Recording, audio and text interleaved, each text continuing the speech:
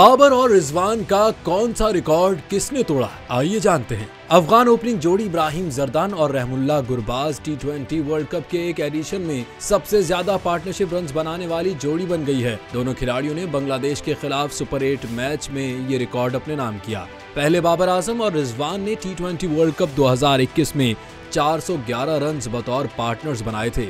Ibrahim Jordan और रहमानुल्लाह गुरबाज ने इस वर्ल्ड कप में 442 रन शराकत में बनाकर रिकॉर्ड अपने नाम किया है। इसके अलावा अफगान जोड़ी वर्ल्ड कप के एक एडिशन में 450 प्लस शराकत करने वाली जोड़ी भी बन गई है।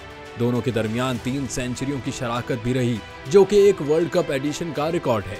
जबकि दूसरी जानिब ICC T20 वर्ल्ड कप के अहम मैच में अफगान टीम बांग्लादेश को डकवर्थ लुइस सिस्टम के तहत 8 रन से शिकस्त देकर पहली मर्तबा किसी भी वर्ल्ड कप के सेमीफाइनल में पहुंच गई है।